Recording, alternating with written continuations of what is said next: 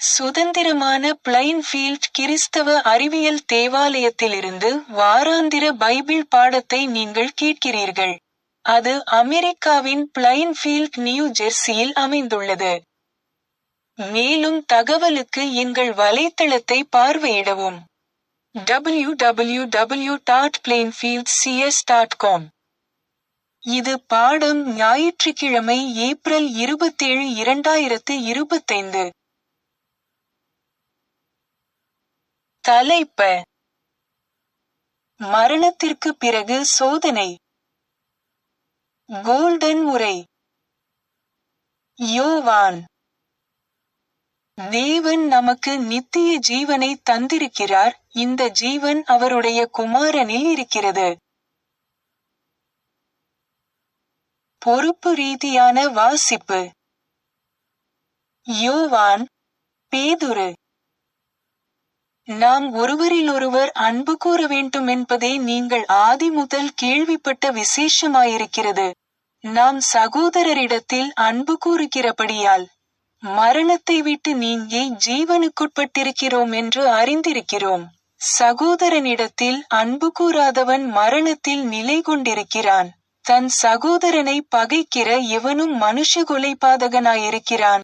மனுஷ கொலைபாதகன் எவனோ அவனுக்குள் நித்திய ஜீவன் நிலைத்திராது என்று அறிவீர்கள். அவர் தம்முடைய ஜீவனை நமக்காக கொடுத்ததினாலே அன்பு இன்னதென்று அறிந்திருக்கிறோம்.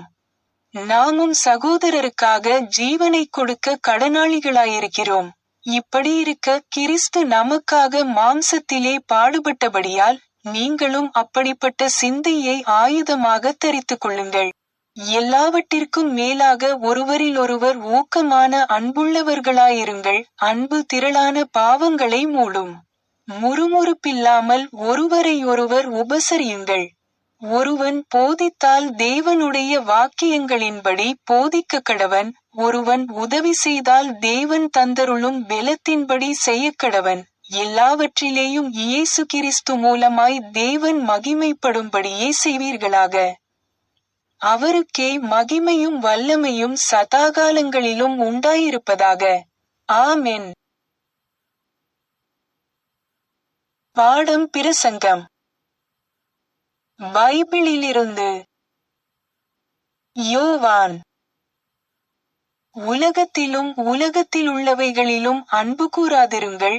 ஒருவன் உலகத்தில் அன்பு கூர்ந்தால் அவனிடத்தில் பிதாவின் அன்பில்லை. யோவான்: மரியாளும் அவள் சகோதரியாகிய மார்த்தாளும் இருந்த பெத்தானியா கிராமத்தில் உள்ளவனாகிய லாசரு என்னும் ஒருவன் வியாதிப்பட்டிருந்தான். அப்பொழுது அவனுடைய சகோதரிகள், ஆண்டவரே, நீர் சிநேகிக்கிறவன் வியாதியாயிருக்கிறான் என்று சொல்ல அவரிடத்திற்கு ஆள் அனுப்பினார்கள். இயேசு வந்தபோது அவன் கல்லறையில் வைக்கப்பட்டு 4 நாளாயிற்றென்று கண்டார். மார்த்தாள் இயேசுவினிடத்தில் வந்து, ஆண்டவரே, நீர் இங்கே இருந்தீரானால் என் சகோதரன் மரிக்க மாட்டான்.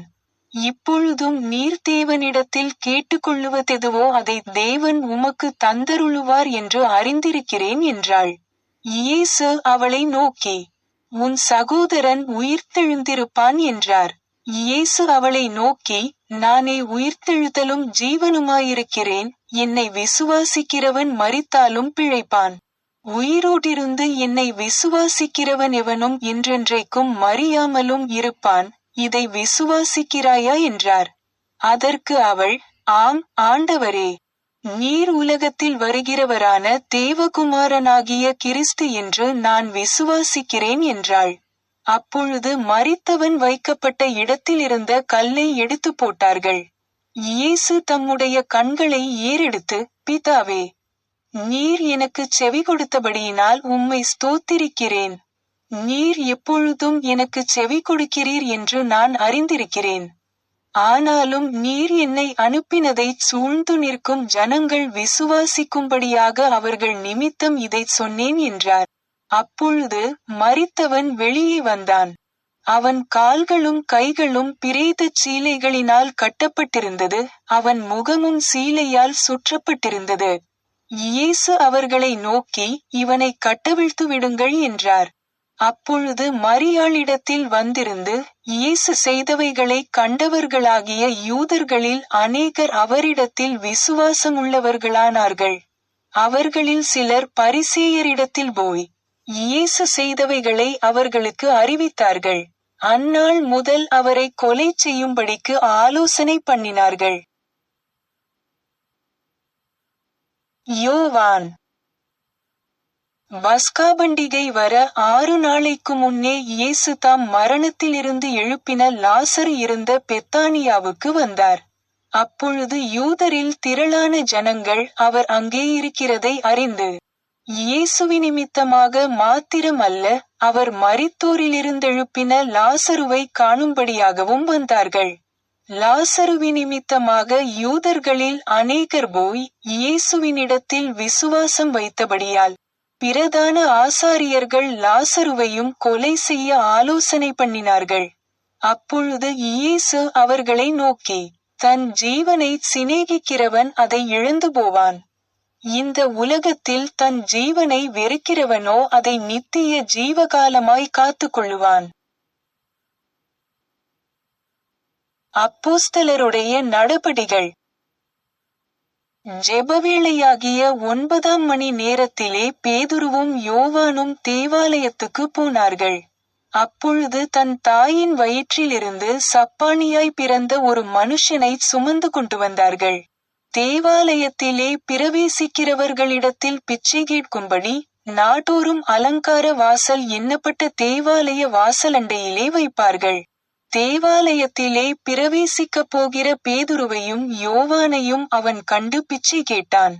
அப்பொழுது பேதுரு, வெள்ளியும் பொன்னும் என்னிடத்தில் இல்லை, என்னிடத்தில் உள்ளதை உனக்கு தருகிறேன். நசரேயனாகிய இயேசு கிறிஸ்துவின் நாமத்தினாலே நீ எழுந்து நட என்று சொல்லி அவன் குதித்தெழுந்து நின்று நடந்தான். நடந்து குதித்து தேவனை துதித்து கொண்டு அவர்களுடனே கூட தேவாலயத்திற்குள் பிரவேசித்தான். அவன் நடக்கிறதையும் தேவனை துதிக்கிறதையும் ஜனங்கள் எல்லாரும் கண்டு, பேதுரு அதைக் கண்டு ஜனங்களை நோக்கி, இஸ்ரவேலரே, இதை குறித்து நீங்கள் ஆச்சரியப்படுகிறதென்ன? நாங்கள் எங்கள் சுயசக்தியினாலாவது எங்கள் சுயபக்தியினாலாவது இவனை நடக்க பண்ணினோம் என்று நீங்கள் எங்களை நோக்கி பார்க்கிறதென்ன? அப்போஸ்தலருடைய நடபடிகள். பிணியாளியாயிருந்த இந்த மனுஷனுக்கு செய்யப்பட்ட உபகாரத்தை குறித்து எதினாலே இவன் ஆரோக்கியமானான் என்று நீங்கள் இன்று எங்களிடத்தில் விசாரித்து கேட்டால், உங்களால் சிலுவையில் அறையப்பட்டவரும் தேவனால் மரித்தோரிலிருந்து எழுப்பப்பட்டவருமாயிருக்கிற நசரேனாகிய இயேசு கிறிஸ்துவின் நாமத்தினாலேயே இவன் உங்களுக்கு முன்பாகச் சொஸ்தமாய் நிற்கிறானான் என்று உங்களுக்கும் இஸ்ரவேல் ஜனங்கள் எல்லாருக்கும் தெரிந்திருக்க கடவது. அவர்கள் ஜெபம் பண்ணின போது அவர்கள் கூடியிருந்த இடம் அசைந்தது. அவர்கள் எல்லாரும் பரிசுத்த ஆவியினால் நிரப்பப்பட்டு தேவவசனத்தை தைரியமாய்ச் சொன்னார்கள். விசுவாசிகளான திரளான ஜனங்கள் ஒரே இருதயமும் ஒரே ஆத்துமாவும் உடையவர்களாயிருந்தார்கள். கர்த்தராகிய இயேசுவின் உயிர்த்தெழுதலை குறித்து அப்போஸ்தலர் மிகுந்த பலமாய்ச் சாட்சி கொடுத்தார்கள். அவர்கள் எல்லார் மேலும் பூரண கிருபை உண்டாயிருந்தது. பேதுரு. நம்முடைய கர்த்தராகிய இயேசு கிறிஸ்துவின் பிதாவாகிய தேவனுக்கு ஸ்தோத்திரம் உண்டாவதாக. இதிலே நீங்கள் மிகவும் சந்தோஷப்படுகிறீர்கள் என்றாலும் துன்பப்பட வேண்டியது அவசியமானதால். இப்பொழுது கொஞ்ச காலம் பலவிதமான சோதனைகளினாலே துக்கப்படுகிறீர்கள். அழிந்து போகிற பொன் அக்கினியினாலே சோதிக்கப்படும், அதை பார்க்கிலும் அதிக விலையேற பெற்றதாயிருக்கிற உங்கள் விசுவாசம் சோதிக்கப்பட்டு இயேசு கிறிஸ்து வெளிப்படும்போது உங்களுக்கு புகழ்ச்சியும் கனமும் மகிமையும் உண்டாக காணப்படும். அவரை நீங்கள் காணாமலிருந்தும் அவரிடத்தில் அன்பு கூறுகிறீர்கள். இப்பொழுது அவரை தரிசியாமலிருந்தும் அவரிடத்தில் விசுவாசம் வைத்து சொல்லி முடியாததும் மகிமையால் நிறைந்ததுமாயிருக்கிற சந்தோஷமுள்ளவர்களாய் களி கூர்ந்து, ஆகையால் நீங்கள் மாயமற்ற சகோதர சிநேகம் உள்ளவர்களாகும்படி ஆவியினாலே சத்தியத்திற்கு கீழ்ப்படிந்து உங்கள் ஆத்துமாக்களை சுத்தமாக்கிக் கொண்டவர்களாயிருக்கிறபடியால் சுத்த இருதயத்தோடே ஒருவரிலொருவர் ஊக்கமாய் அன்பு கூறுங்கள். மாம்சம் எல்லாம் புல்லைப் போலவும் மனுஷருடைய மகிமையெல்லாம் புல்லின் பூவைப் போலவும் இருக்கிறது. புல் உலர்ந்தது, அதின் பூவும் உதிர்ந்தது. கர்த்தருடைய வசனமோ என்றென்றைக்கும் நிலைத்திருக்கும். உங்களுக்குச் சுவிசேஷமாய் அறிவிக்கப்பட்டு வருகிற வசனம் இதுவே. மேரி பேக்கர் எட்டி எழுதிய கிறிஸ்டியன் சயின்ஸ் பாடநூல் அறிவியல் மற்றும் ஆரோக்கியத்துடன் கீடூத்தி ஸ்கிரிப்ட்ஸிலிருந்து தொடர்புடைய பத்திகளை படிப்பேன். அறிவியல் மற்றும் ஆரோக்கியம். சொர்க்கத்தை அடைய இருப்பதன் இணக்கம், நாம் இருப்பது என்ற தெய்வீக கொள்கையை புரிந்து கொள்ள வேண்டும். கடவுள் அன்பே. இயேசுவின் சத்திய போதனையும் நடைமுறையும் அதன் கொள்கையை அன்பு என்று ஒப்புக்கொள்ள வைக்கும் ஒரு தியாகத்தை உள்ளடக்கியது. இது நமது குருவின் பாவமற்ற வாழ்க்கை மற்றும் மரணத்தின் மீதான அவரது அதிகாரத்தின் நிரூபணத்தின் விலைமதிப்பற்ற முக்கியத்துவம் ஆகும். கிறிஸ்தவ அறிவியல் நோய், பாவம் மற்றும் மரணத்தை அழிக்கிறது என்பதை அவர் தனது செயல்களால் நிரூபித்தார். நமது குரு வெறும் கோட்பாடு அல்லது நம்பிக்கையை கற்பிக்கவில்லை. அவர் கற்பித்து நடைமுறைப்படுத்திய அனைத்து உண்மையான உயிரினங்களின் தெய்வீக கொள்கை அது.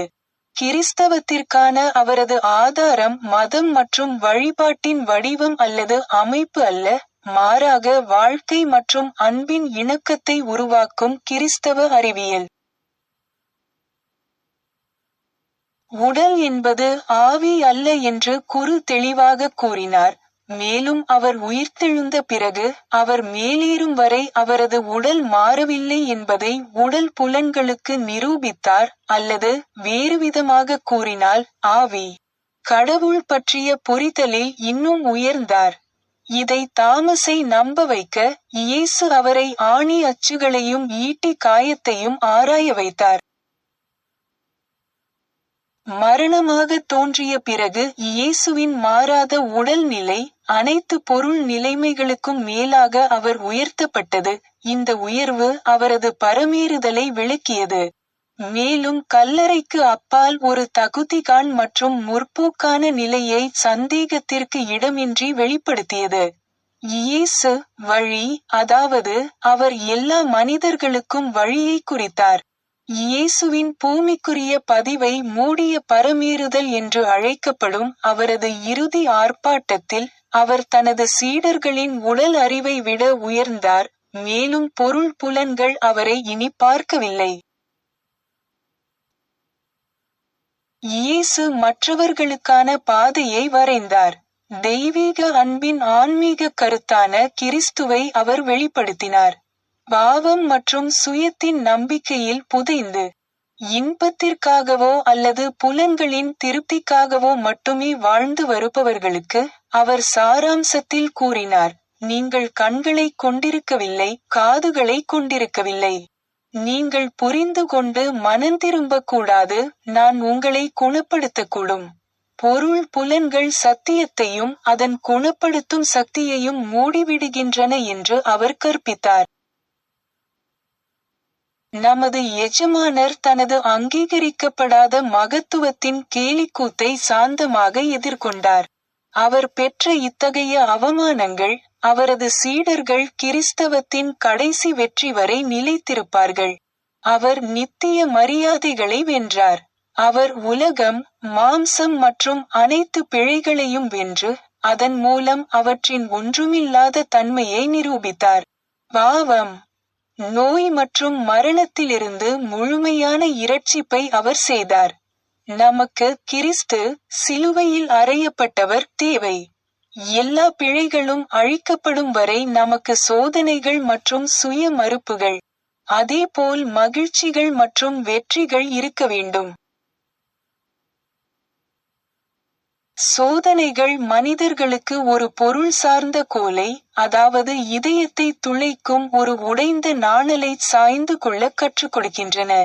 மகிழ்ச்சி மற்றும் செழிப்பின் சூரிய ஒளியில் நாம் இதை பாதி நினைவில் கொள்வதில்லை. துக்கம் நன்மை பயக்கும். மிகுந்த உபத்திரவத்தின் மூலம் நாம் ராஜ்யத்திற்குள் நுழைகிறோம். சோதனைகள் கடவுளின் கவனிப்பின் சான்றுகள். பொருள் சார்ந்த நம்பிக்கைகளின் மண்ணில் விதைக்கப்பட்ட விதைகளிலிருந்து ஆன்மீக வளர்ச்சி முளைப்பதில்லை, ஆனால் அவை சிதைவடையும் போது அன்பு பூமியின் கரை இல்லாத ஆவியின் உயர்ந்த மகிழ்ச்சிகளை புதிதாக பரப்புகிறது. அனுபவத்தின் ஒவ்வொரு தொடர்ச்சியான கட்டமும் தெய்வீக நன்மை மற்றும் அன்பின் புதிய பார்வைகளை வெளிப்படுத்துகிறது. உலகளாவிய இரட்சிப்பு முன்னேற்றம் மற்றும் சோதனையின் மீது தங்கியுள்ளது, மேலும் அவை இல்லாமல் அடைய முடியாது. சொர்க்கம் என்பது ஒரு இடம் அல்ல, ஆனால் மனதின் அனைத்து வெளிப்பாடுகளும் இணக்கமான மற்றும் அழியாத ஒரு தெய்வீக மனநிலை. ஏனென்றால் பாவம் இல்லை, மனிதன் தனக்கென எந்த நீதியையும் கொண்டிருக்கவில்லை. ஆனால் வேதம் கூறுவது போல் கர்த்தருடைய மனதை உடையவனாக காண்கிறான். மரம் விழும் இடத்தில் அது இருக்கும். எனவே நாம் பிரசங்கி புத்தகத்தில் படிக்கிறோம். இந்த உரை பிரபலமான பழமொழியாக மாற்றப்பட்டுள்ளது. மரம் விழுவது போல அது கிடக்க வேண்டும். மனிதன் தூங்குவது போல அவன் விழித்துக் கொள்வான். மரணம் மரணத்திற்கு பிறகும் சோதனையும் வளர்ச்சியும் தேவையான மாற்றத்தை ஏற்படுத்தும் வரை அவன் இருப்பான். மனம் ஒருபோதும் தூசியாக மாறாது. கல்லறையிலிருந்து உயிர்த்தெழுதல் மனதுக்கும் வாழ்க்கைக்கும் காத்திருக்கிறது, ஏனென்றால் கல்லறைக்கும் இரண்டின் மீதும் எந்த அதிகாரமும் இல்லை. இன்று சத்தியத்தின் குணப்படுத்தும் சக்தி ஒரு அற்புதமான கண்காட்சியாக இல்லாமல் ஒரு உள்ளார்ந்த நித்திய அறிவியலாக பரவலாக நிரூபிக்கப்படுகிறது. அதன் தோற்றம் பூமியில் அமைதி, மனிதர்களுக்கு நல்லெண்ணம் என்ற நற்செய்தியின் புதிய வருகையாகும்.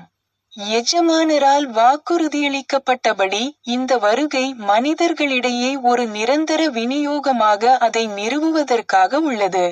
ஆனால் இப்போது கிறிஸ்தவ அறிவியலின் பணி அதன் முந்தைய ஆர்ப்பாட்டத்தின் காலத்தை போலவே முதன்மையாக உடல் ரீதியான குணப்படுத்துதலில் ஒன்றல்ல. இப்போது அப்போது போலவே உடல் ரீதியான நோயின் மெட்டாபிசிக்கல் குணப்படுத்துதலில் அடையாளங்களும் அற்புதங்களும் செய்யப்படுகின்றன, ஆனால் இந்த அறிகுறிகள் அதன் தெய்வீக தோற்றத்தை நிரூபிக்க மட்டுமே. உலகின் பாவங்களை நீக்குவதற்கான கிறிஸ்து சக்தியின் உயர்ந்த பணியின் யதார்த்தத்தை சான்றளிக்க. இயேசுவின் காலத்தைப் போலவே இன்றும் கிறிஸ்தவ அறிவியலின் உடல் ரீதியான குணப்படுத்துதல் தெய்வீக கொள்கையின் செயல்பாட்டிலிருந்து விளைகிறது. அதற்கு முன்பு பாவமும் நோயும் மனித நனவில் தங்கள் யதார்த்தத்தை இழந்து இருள் ஒளிக்கும் பாவம் சீர்திருத்தத்திற்கும் இடமளிப்பது போல இயற்கையாகவும் அவசியமாகவும் மறைந்துவிடும்.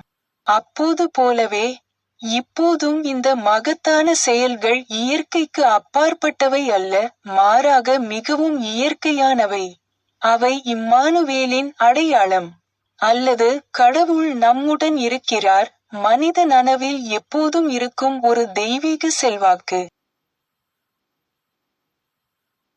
சர்ச் கையேட்டில் கொடுக்கப்பட்டுள்ளபடி மேரி பேக்கர் எட்டியின் 3 தினசரி கடமைகளை இப்போது படிப்பேன்.